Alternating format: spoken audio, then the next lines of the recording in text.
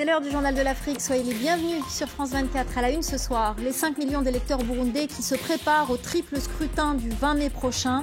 Dans une semaine, ils vont devoir choisir leurs députés, leurs conseillers municipaux et surtout leurs présidents. 7 candidats sont en lice, parmi eux Évariste Ndayishimiye, le candidat du parti au pouvoir, et son challenger de l'opposition, Agathon Rwasa. On fera le point dans ce journal. Des élections aussi au Bénin. Elles auront lieu dans quelques jours. Un scrutin local en pleine pandémie de coronavirus. Le cordon sanitaire imposé à 15 villes a été levé depuis lundi. Mais les candidats en campagne doivent tout de même s'adapter à la crise sanitaire. Reportage à suivre dans cette édition. Et puis en République démocratique du Congo, des ONG de lutte contre la corruption s'attaquent à une firme belge. Semlex est soupçonné d'avoir surfacturé des passeports biométriques congolais et d'avoir aidé une société écran présumée proche de l'ancien président Joseph Kabila à détourner 36 millions de dollars. Les détails de notre correspondant à Kinshasa à la fin de ce journal. J-7 avant l'élection présidentielle au Burundi. Un scrutin sans le président sortant, Pierre Nkurunziza. Il a désigné son dauphin, Évariste Ndayishimiye. Le poulain du parti au pouvoir aura face à lui 6 candidats. Le challenger s'appelle Agathon Rwasa. L'opposant attire les foules lors de ses meetings dans cette campagne qui est loin d'être boudée par les électeurs. Nicolas Germain. Au Burundi, il y a officiellement très peu de cas de Covid-19 et les grands rassemblements politiques sont autorisés. Ce mercredi, ils étaient nombreux à venir écouter le candidat du parti au pouvoir, Évariste Ndayishimiye. Les relations sont tendues entre ses militants et ceux du CNL, le grand parti de l'opposition. Évariste Ndayishimiye a raillé les membres du CNL.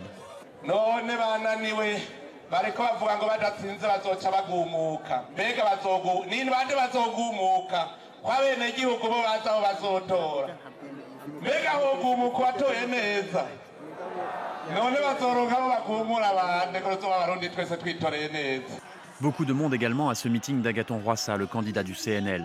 Depuis plusieurs années, ses partisans affirment être victimes de meurtres et d'agressions par les forces de sécurité. Agathon Rwasa s'est adressé directement aux policiers et aux membres des services de renseignement.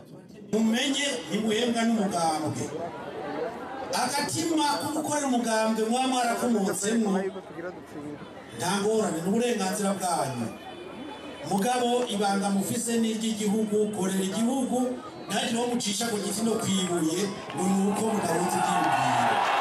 Agathon Rwasa a déjà affirmé qu'il redoute un scrutin truqué en faveur du parti au pouvoir. Les autorités ici sont régulièrement critiquées par des organisations de défense des droits de l'homme. La surprise de cette campagne, c'est que le président actuel, Pierre Nkurunziza, n'est pas candidat. La Constitution avait été modifiée. En théorie, il aurait pu postuler à un 4e mandat. Finalement, son parti a désigné Évariste Ndayishimiye. Mais nul doute que Pierre Nkurunziza, président du Burundi depuis 15 ans, essayera de rester un personnage influent. On vote aussi dans quelques jours au Bénin des élections locales en pleine pandémie de coronavirus. Les autorités ont décidé d'accélérer les dépistages. Du coup, le pays connaît une progression du nombre de cas. En attendant, le cordon sanitaire imposé à 15 villes a été levé depuis lundi dernier. Les candidats en campagne doivent tout de même s'adapter à la crise sanitaire. Les rassemblements de plus de 50 personnes sont interdits. Reportage d'Emmanuel Sodji et Raphaël Ntalé. Ce n'est pas la foule des grands jours pour cette campagne électorale sans précédent. Les autorités du Bénin ont interdit tout contact direct avec les populations en pleine pandémie du Covid-19. Il n'y a plus les meetings, mais nous, les crieurs publics, on nous a sollicités. On est là pour passer dans tous les vents et les recoins de Cotonou pour parler de notre candidat. Ce jour-là, Luc Setonji Atrokpo, qui vise le fauteuil de maire de Cotonou, sillonne avec ses colistiers le 13e arrondissement de la plus grande ville du pays. Un déplacement sous bonne escorte afin d'empêcher tout attroupement. Nous avons appris à faire campagne dans une certaine ferveur, dans une certaine fête, avec une forte mobilisation, avec des milliers de personnes qui nous entourent dans les caravanes. Aujourd'hui, et à juste titre, le gouvernement a souhaité que nous fassions les choses en respectant les règles. Des porte-à-porte au pas de course et des micro-meetings ne rassemblant pas plus de 50 personnes. Les électeurs, qui ont le privilège d'approcher les candidats, sont choisis en fonction de certains critères.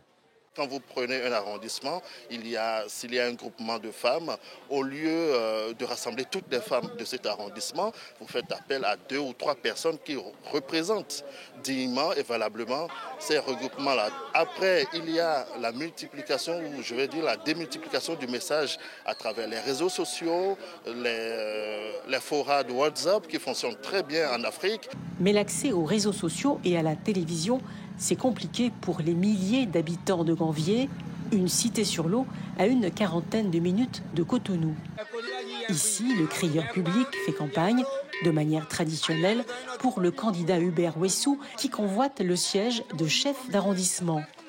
Même si le nombre de cas de Covid-19 augmente progressivement, ce candidat ne tient pas à un report des élections. On a déjà dépensé, celle-là, ça va nous faire une perte. Donc il faut qu'on fasse ça le dimanche pour qu'on finisse ça avec ça. Selon les autorités, un dispositif sanitaire encadrera les bureaux de vote. Mais la peur du virus et l'appel de l'opposition au boycott scrutin pourraient influencer la participation locale.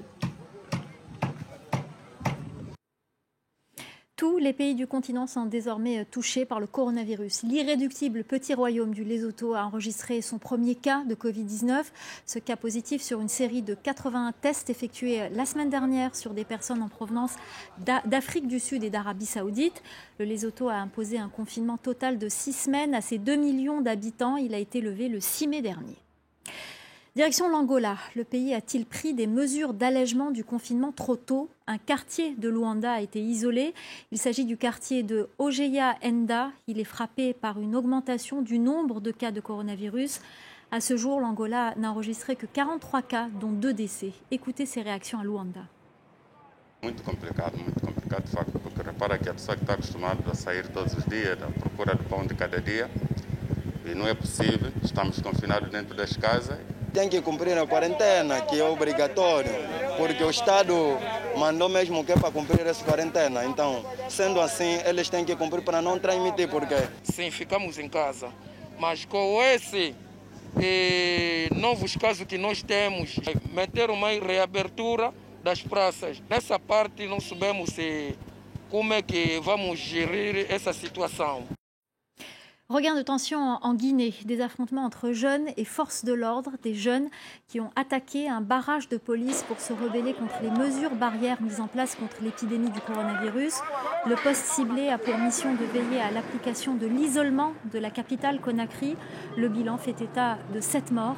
Les précisions de Malik Diakité, notre correspondant. D'après les témoignages, c'est dans la matinée de mardi qu'une centaine de jeunes de Koya, une préfecture située à environ 50 km de Conakry, se sont attaqués à un barrage des forces de l'ordre avec des pierres. Joint au téléphone, le président du conseil préfectoral de la société civile affirme que depuis la mise en place de ce poste, les usagers et même les habitants de la localité sont victimes de rackets et de mauvais traitements de la part des agents.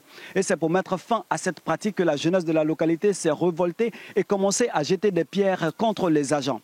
Des postes de police et de gendarmerie ont été vandalisés. Très surpris par cette attaque, les forces de l'ordre ont riposté avec des tirs de sommation et de gaz lacrymogène selon le porte-parole de la police. Bilan, 5 morts. Même scénario à Dubrek à l'autre sortie de Conakry où il y a eu 1 mort. Dans la même journée de mardi à Kamsar, la ville minière, c'est le manque d'électricité qui a poussé la population dans la rue. Le domicile du maire a été saccagé et un manifestant a perdu la vie. Pour que le calme revienne dans la cité, les autorités ont été contraintes de délocaliser ces barrages. Pas d'accalmie à Kayes, au Mali. De nombreux heurts ont secoué ce mercredi l'une des principales villes de l'ouest du pays.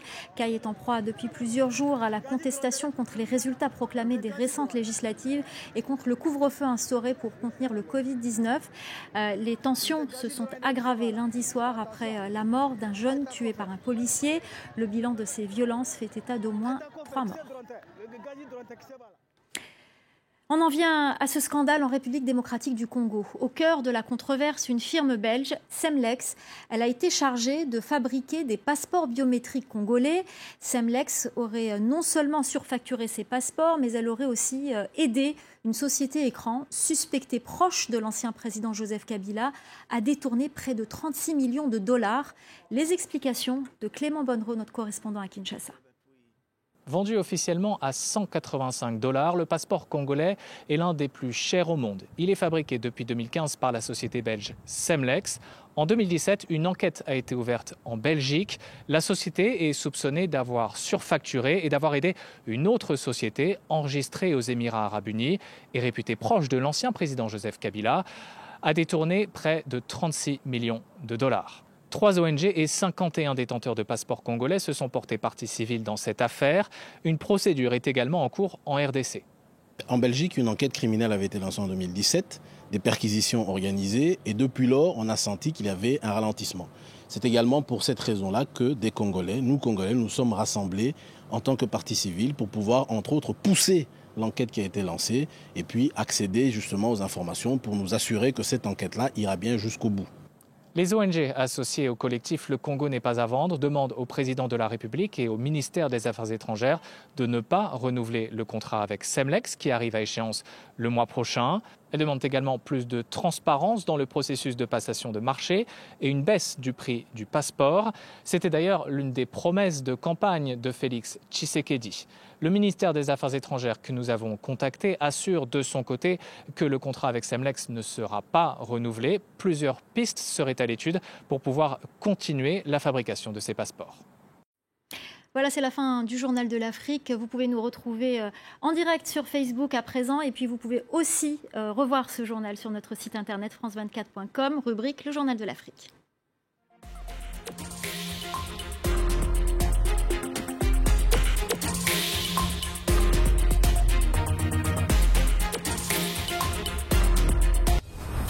Au Brésil, le président Jair Bolsonaro refuse de sacrifier l'économie à la santé publique. Ses partisans protestent contre ce qu'ils surnomment la dictature du coronavirus. Mais vous n'avez pas peur de participer à la propagation du virus? Estou participando, eu participo desde o começo, já estou participando desse grupo. Só que eu posso pegar resfriado e posso me curar. Agora, se eu quebrar, eu não me levanto mais, eu não tenho mais como me levantar. Pourtant, les gouverneurs de 26 États du pays ont pris les devants en adoptant les mesures de confinement contre l'avis du président. Car dans les favelas de Rio, où 13 millions de personnes habitent, le Covid fait peur. Surpeuplement, manque d'eau potable, absence de structures sanitaires, les maux habituels des plus pauvres renforcent le risque d'une vague pandémique. Face à l'épidémie, ces quartiers populaires sont des bombes à retardement. Reporter, présenté par Antoine Cormery, à voir sur France 24 et France24.com.